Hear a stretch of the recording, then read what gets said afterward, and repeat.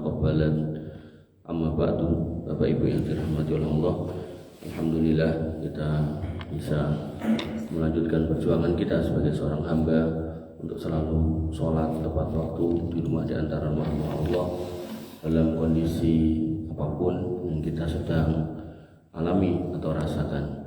Bapak Ibu yang dirahmati oleh Allah Subhanahu wa taala, mengiringi semua itu maka orang muslim tetap harus bermajelis ilmu dalam rangka untuk menambah lagi keilmuannya tentang agama agar membenarkan lagi, mengkoreksi lagi ibadahnya selama ini apakah sudah tepat atau belum.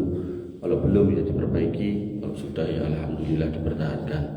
Maka kita masih dalam rangkaian pembahasan tentang fikih sholat, yang mana sebagaimana yang pernah saya sampaikan bahwasanya ada sebagian orang yang mohon maaf sampai tua itu sholatnya masih salah karena dia selalu menggunakan rumus ruku-ruku gedang, dan itu dilakukan terus menerus tanpa mau belajar sehingga sholatnya nggak pernah diperbaiki dan sampai tua pun salah terus. Oleh karena itu maka pentingnya untuk belajar ini agar kemudian kita perbaiki, karena sholat kita lakukan setiap hari dan nanti pun di akhirat yang pertama ditanya adalah sholat kita. Kalau baik maka baik semua amalnya, kalau jelek maka dianggap jelek semua amalnya. Dan baik buruknya sholat, yang pertama ya tentang sholat gak sholatnya, kemudian yang kedua tertib dan gak tertibnya, yang ketiga sempurna dan gak sempurnanya. Makanya orang yang terbaik adalah orang yang sholatnya 5 waktu, tertib dan sempurna. Bapak Ibu yang dirahmati oleh Allah Subhanahu wa taala, syarat sholat yang pernah kita bahas yaitu masuknya waktunya, kemudian yang kedua suci dari hadas besar dan kecil, dan kesuciannya itu meliputi baju, badan dan tempatnya. Nah, kita masuk di termasuk mani, madi, wadi sudah kita bahas. Kita masuk di bab atau poin berikutnya yaitu tentang menutup aurat. Tentang menutup aurat. Allah Subhanahu wa taala berfirman, "Ya bani Adam, khudhu zinatakum inda kulli masjidin." Al-A'raf ayat 31. Hai anak Adam, manusia, pakailah pakaianmu yang indah di setiap memasuki masjid. Nah, zaman dulu orang-orang kafir Quraisy itu kalau tawaf di Mekah sana itu udah nggak rumus dewi, padahal Nabi Ibrahim yang nyontohkan haji umroh ya nggak pernah udah. Nah, mereka tiba-tiba nggak rumus dewi udah. Ya Allah, cerita awalnya gimana kok iso udah. Paling ya juga ada orang-orang yang pengen nonton yang ngoten niku. Makanya yang semodel ini kan di Indonesia pun ada. Jadi meyakini keramatnya satu tempat terus nek kon rono kon udah. Nah, contohnya Gunung Kemukus, pengen sugih rono. Kan kono apa ndonga tok mboten ken zina itu. Itulah syaitan ya. Jadi membungkus sesuatu yang nyata-nyata jelek. Zina kan jelek gitu. Udah kan jelek gitu. Maksudnya udah ning di luar kan. Nah, jenengan ngalih garwa udah ning jero kamar terserah lah niku, atau nang sekolah nang udah silakan. Tapi kalau udah di luar didelok wong itu kan jelek gitu. Nah, maka itu didorong manusia untuk melakukan itu. Nah, maka ayat ini memerintahkan mereka untuk berpakaian. Tapi enggak cuma pakaian, dikatakan zina. Zina ini pakaian yang indah. Mari bahasanya ngeten lah, gampangane kula enggak akan mengatur pakaian ngeten-ngeten mboten. Bebas. Pakaian itu masuk dalam bab muamalah. Kan ada ibadah dan muamalah. Ibadah niku hukumnya tidak boleh sampai ada dalilnya. Sholat, dengan sholat subuh ini jane ra itu gandeng enek dalile dengan sholat gitu. Nah, kemudian muamalah itu semuanya boleh kecuali ada larangannya. Termasuk dalam bab muamalah adalah pakaian. Nah, sehingga ketika jenengan bertanya, "Nganggo batik ento ora, nganggo sarung ento ora?" Jawabane napa? Larangannya enten mboten. Nek enggak ada, maka boleh. Aturan standar pakaian apa? Menutup aurat. Nah, itu yang pertama, menutup aurat. Tapi Allah meminta terkait dengan masjid, khudhu zinatakum. Ambillah pakaianmu yang indah. Indah itu tegese apa? Ya satu menutup aurat pasti, kembali ke situ. Kemudian yang kedua, termasuk menutup aurat itu berarti apa? Mboten transparan. Gue ana sing nganggo jas hujan sing transparan kae. Ki nutup aurat ning ketok. Nah, itu juga enggak boleh. Nah, kemudian yang kedua, niku tidak ada batasannya, jangan meh nganggo apa niki gamis boleh, nganggo batik boleh, karena nggak ada larangannya. Nah, cuman ngapunten, nek jenengan nganggo batik kan soalnya batik sing gambar kewan-kewan itu. Nah, di situ larangannya. Jangan pakai yang bergambar kewan karena nanti ada larangan khusus gambar kewan-kewan itu. Makanya jenengan yang di rumahnya gambar-gambar ngoten niku diduke mawon. Biar setan nggak masuk, yang masuk itu malaikat. Lagi foto pernikahan copot lebokke album. Wong yo rupane saiki arek sing biyen pun ganti lho. Gitu. Dia nom ganteng, saiki yo tambah tua tambah ganteng. Ya. Yang umumnya kan tambah tua nggih tambah ngoten niku gitu. Nah, kemudian ya standar berikutnya apa? Yang namanya pakaian indah itu berarti napa toh? Berarti nek jenengan ngangge dinggo acara-acara tertentu jenengan niku boten izin. Saiki kula tekoki. Nek napa acara kawinan niku lho. Wani jenengan nganggo kaos partai tulisannya coblos iki kuwi gitu atau moncong putih ngoten wani. Pak. Wonten mesti wegah. Nek kok salat dinggo. Nah, niku lho. Jadi jangan sampai jenengan kualik kepada manusia aja jenengan boleh pakaian terbaik, kepada Allah malah boleh gombal mugia ngoten niku dinggo salat gitu. Ya, jadi jangan sampai jenengan Pak. Lu kan penting nutup aurat. Yes, benar nutup aurat. Tapi nah Allah menyebutnya enggak cuma menutup aurat tapi khuduz zinah, ambil yang terbaik. Ngoten. Artinya ketika jenengan masuk masjid, sholat Id itu bukan soal barunya ya, soal yang terbaik. Makanya mana yang terbaik dari baju jenengan yang di rumah itu yang jenengan gunakan buat sholat. Umpama baju sing paling apik iki kaos partai kuwi Mas. Liyane soalnya gampang gombal-gombal mungkin suwek-suwek kabeh. Monggo enggak apa-apa. Kalau emang itu loh ya. Tapi nek jenengan punya yang lain. Duit jas apik ra karo-karuan gitu kan. Atau mungkin punya baju batik yang bagus itu kan. Wah, tapi malah enggak pernah dipakai sing dienggo selalu ke masjid kaos partai. Lanjutkan terus saking burine lho. Oh, akbar. Oh ternyata pakainya nomor 33. Gak fokus dia. Nomornya bojil-bojil tak ini senengnya nganggo kaos jogger nih. Tulisannya cuilik-cuilik ning buri mereka. Aku adalah seorang manusia. Manusia adalah aku. Aku dan manusia ya menjadi manusia. Mumet pokoknya. Cetok tulisannya. Nah yang kayak gitu-gitu nggih jangan dipakai. Nah kok misal jenengan ya kepepet ngangge niku.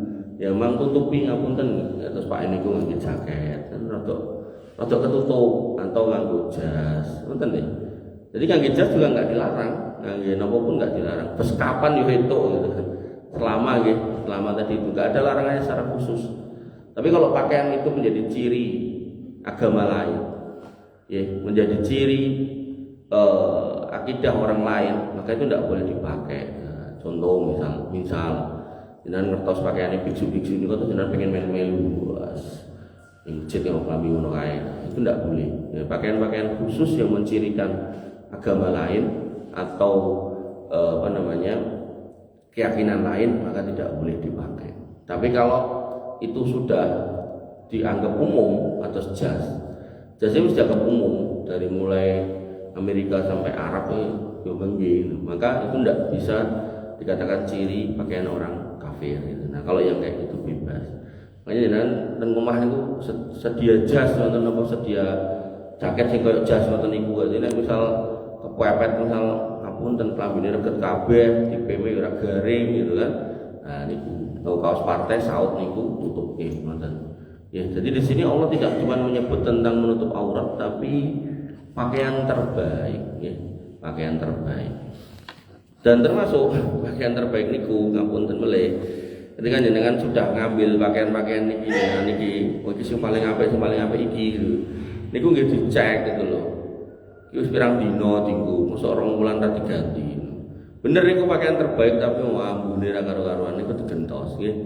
Jadi jangan sampai nggih jenengan ke rumah di antara rumah-rumah Allah di mana Allah Nabi mengatakan ahabul bilad indallah, tempat tanah lokasi yang paling Allah cintai adalah masajiduha, masjid-masjidnya. Kalau jenengan justru memasukinya dengan pakaian terjelek, dengan aroma terbau gitu kan, nah itu tidak diperbolehkan. Termasuk ngapunten meleh gitu kan, sikatan penting nih sampai Nabi mengatakan laula an asuqa ala ummati la amartu bisiwakin inda kulli shalah. Nek ora ngeboti jane wong Islam kae nek meh salat meh tak kon sikatan, angger salat. Ping 5 berarti sadene nanti kongkon. Tapi Nabi tidak mewajibkan gitu. Cuman jenengan harus mengukur gitu loh. Bar makan dari pagi, siang, sore itu kita suka sikatan, awak sikatan. Saya tuh, kula niku nanti ngobrol satu acara esuk lho. Esuk dia wingi mawon acara penulisan jurnal apa-apa. Terus kalau dados asistennya narasumber. Nah, saya bilang sama para peserta nih, kalau ada pertanyaan silakan angkat tangan, nanti saya samperin untuk saya jelaskan apa yang nggak paham gitu kan. Kan narasumbernya Profesor Sinten itu baru menjelaskan. Nah, terus saya ngacung, ibu-ibu cek esok niku. Yo ora elek jenenge cek esok cek dandan cek apa to. Niku wae ngomong ngono ambune ra karo-karuan. Niku lho mulute niku. Makanya Bapak Ibu yang dirahmati oleh Allah nggih monggo jenengan introspeksi lho. Mungkin dicobi. Bubuk rene Bu garone celuk. Ha, kecing ra. Kecing monggo dokter gigi mbok pilih berlubang atau apa gitu loh. Karena kalau sudah berlubang, ini mung cerita ya, berlubang. Itu mungkin enten sisa makanan masuk mriku enggak bisa keluar, infeksi. Mungkin infeksi abu. Nah, abu enten anae. Nek orang ndang dirampungi, ndang diresiki, ndang ditambal, terus nanai ora ndang dibuat, ini potensi dadi kanker. Makanya enten piyai niku kan lambene krowok.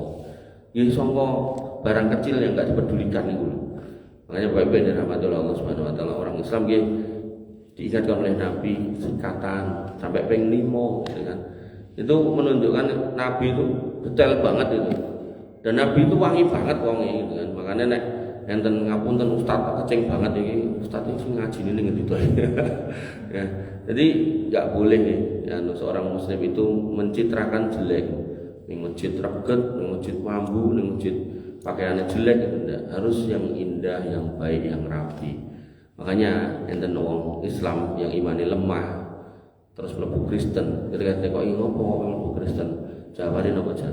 Bukan soal keyakinannya yang dia masalahkan, yang dia katakan gini, wong Islamnya agar mlebu masjid tok mesti lambine elek, sandale elek, terus ambune kecing, lah wong Kristen iki lambine apik-apik, wangi lah cak beturute.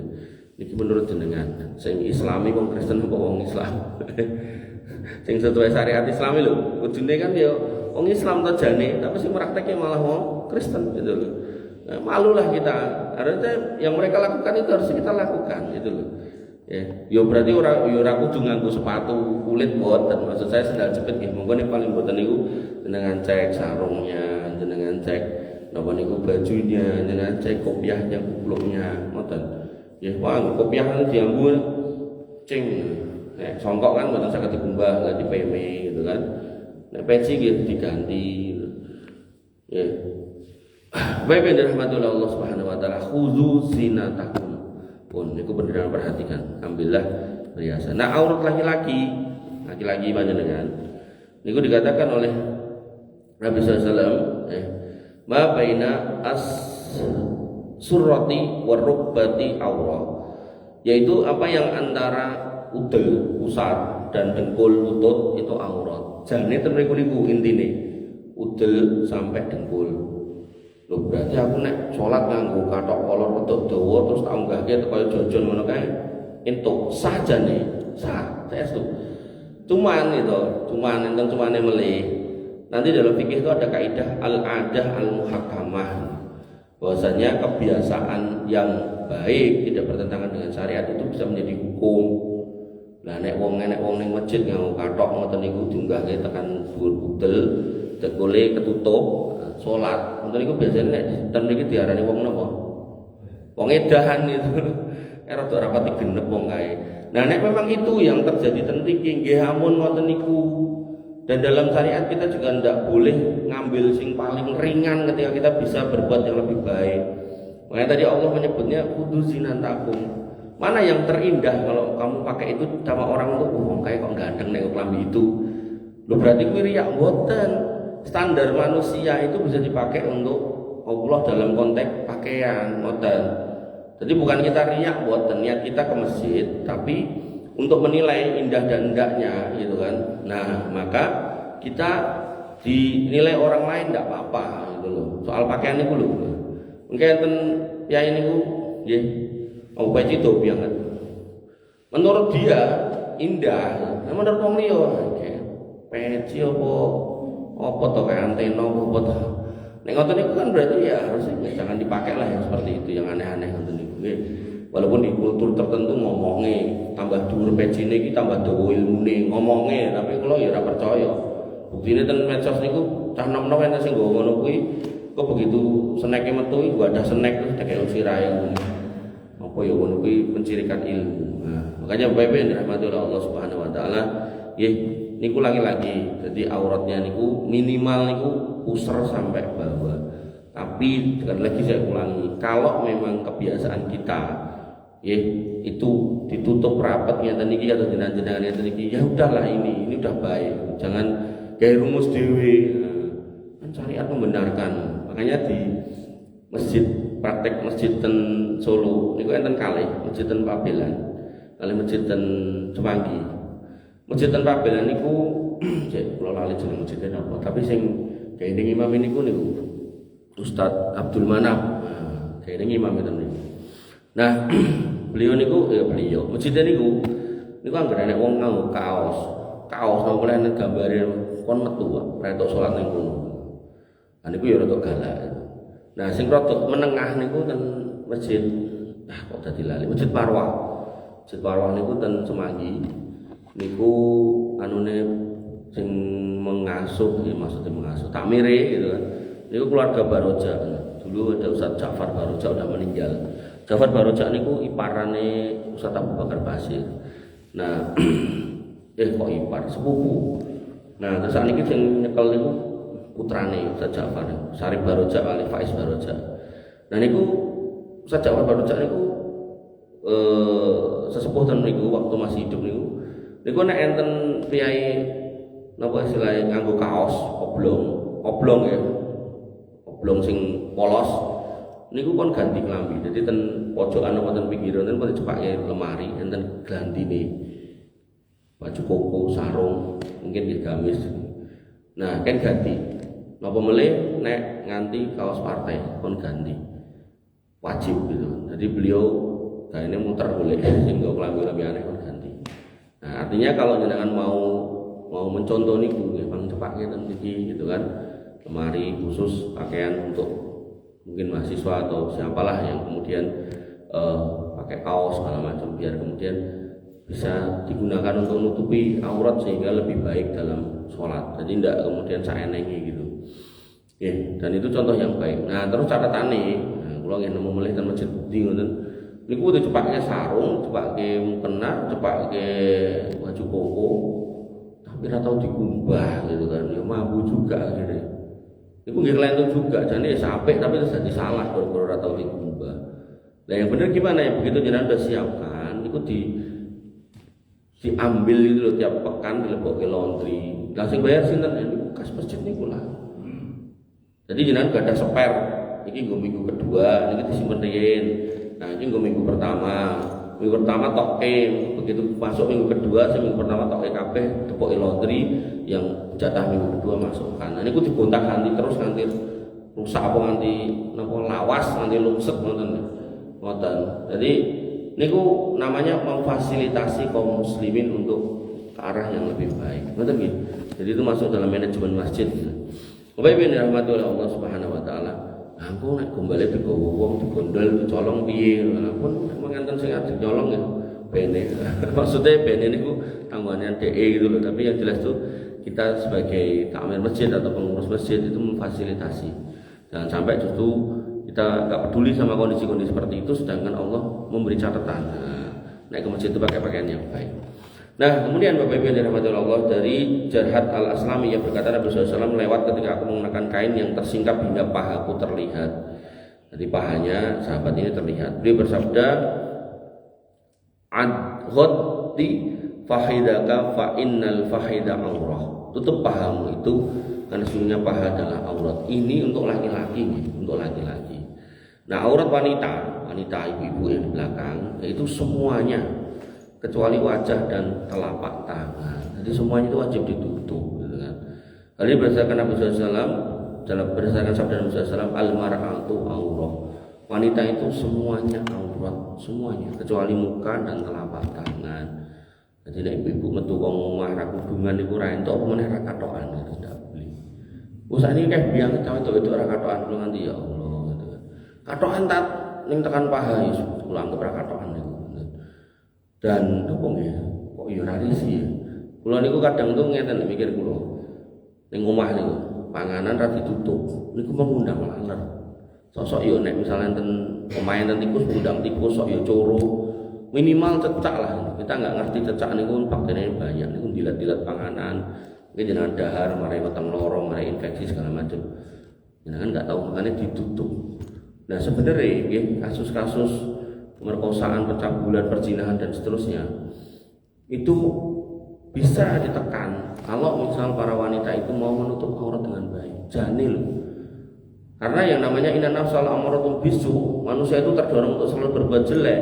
Dan laki-laki itu punya rumus pandangan hidup, nek mandang tok enek sing iso hidup gitu kan.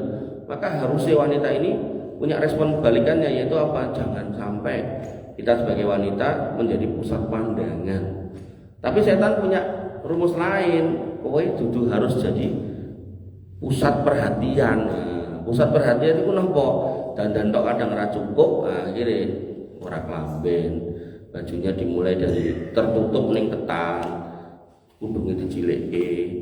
Engko kok isih ora enak sing gateke kudunge copot. Jero enak sing gateke rambutnya diabangi di macem-macem.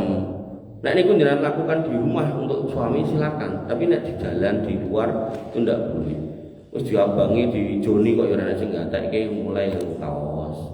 Terus mulai katok ketat meneh.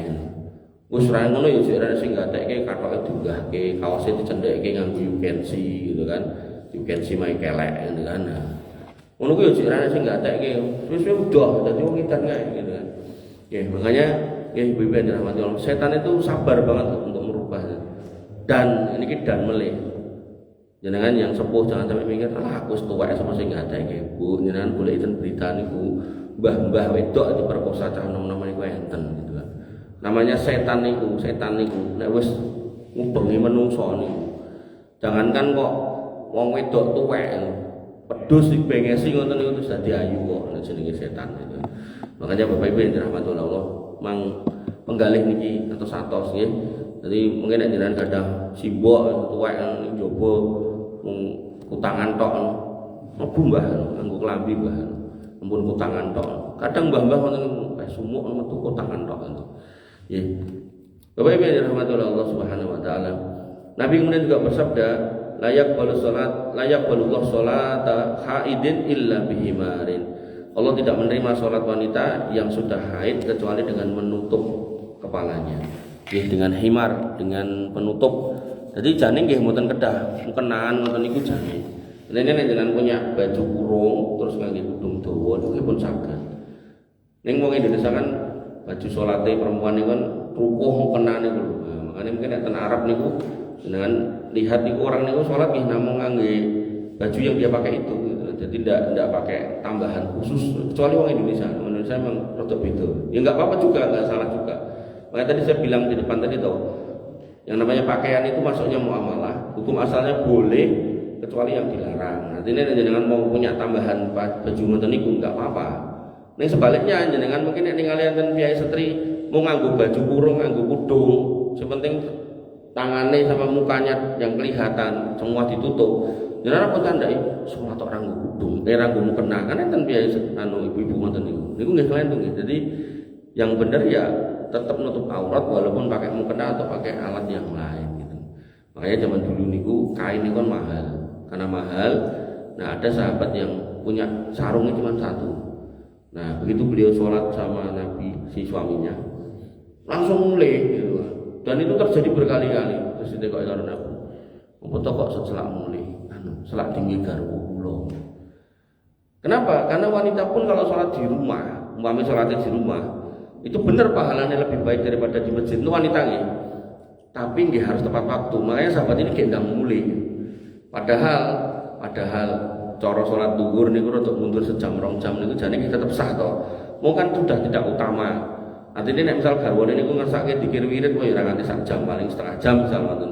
Niku mantuke rada mengi jane iso, tapi dia juga menginginkan keutamaan buat istrinya, makanya gendang mulai. Nah, gendang mulai kainnya dikasihkan ke istrinya dan itu terjadi terus menerus sampai akhirnya meninggal pun kainnya cuma satu niku. Begitu ditarik wedhus, bagian kepalanya kelihatan, tarik munggah sikile ketok. Makanya zaman dulu ini kain larang banget. Makanya saat ini kain murah itu, kelambi kula ndek itu kathok 20.000 entuk ibarat. Maka jenengan ampun kemudian beralasan dengan pakaian-pakaian yang jelek untuk ke masjid gitu. Kepepet dirahmati oleh Allah Subhanahu wa taala. Pun niku mawon tentang menutup aurat. Yang menanya tentang menutup aurat? Tidak ada. Nggih. Oh nggih, pripun?